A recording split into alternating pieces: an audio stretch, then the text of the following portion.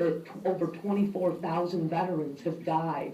And I would submit to you that many of these veterans could have benefited from medical marijuana if they'd had legal access to the drug.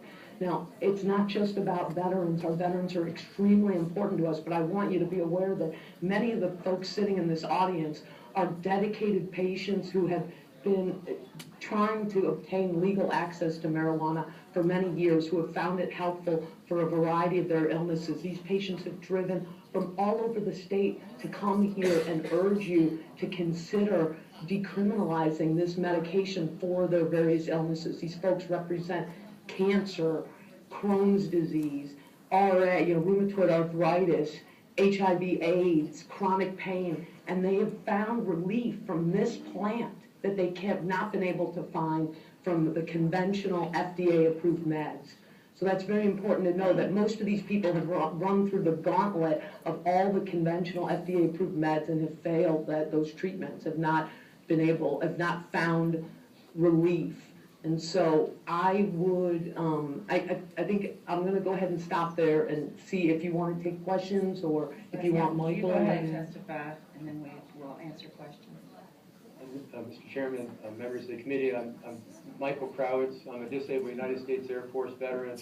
I've come over from southwestern Virginia just to speak on this bill. I think it's important to mention that I'm not paid, don't collect a paycheck to do the work that I do. I've been advocating on behalf of veterans like myself and others for many years. I started out in the 1980s actually working in a veterans outreach in Omaha, Nebraska on Agent Orange issues. So this is actually not my first issue that I've come to, but it's a very important issue. And it's important for a couple of reasons that the doctor just mentioned. One is that we don't really have a lot of tools in our toolkit for some of the medical conditions that some of the veterans are suffering from. Post-traumatic stress, there just aren't that many medicines that are available. Neuropathic pain is another one that cannabis works very well for, and there just aren't that many medicines available. I think it's important to recognize that I, like other veterans, are given huge bags of pills at the VA hospital.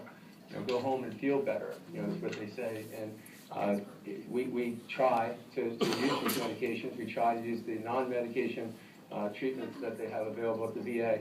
And if we're saying that we're asking for medical cannabis, just please know that many of us and most of us are putting aside some very strong medications from the VA in favor for cannabis. And I think that's an obvious proof that there's something of value to us there. And I just don't know what to say to you to really make you understand just how important this is. The fact is that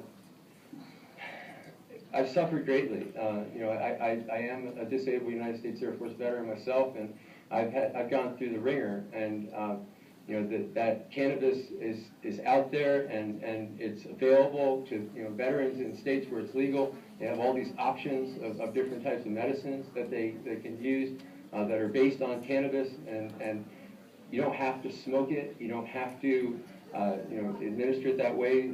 If you have availability to some of these products, we're able to use it in other ways and get quite a bit of benefit. And I'm very tired, and I apologize for not having my thoughts together right now. It's a very upsetting issue for me.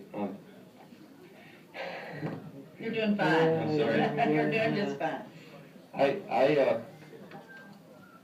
I just want you to know that this is the time to help veterans with this. And we aren't the only ones suffering, and we're not the only ones that are asking for this. But I think it's important to understand that the VA is on our side on this. The Veterans Affairs, through my advocacy,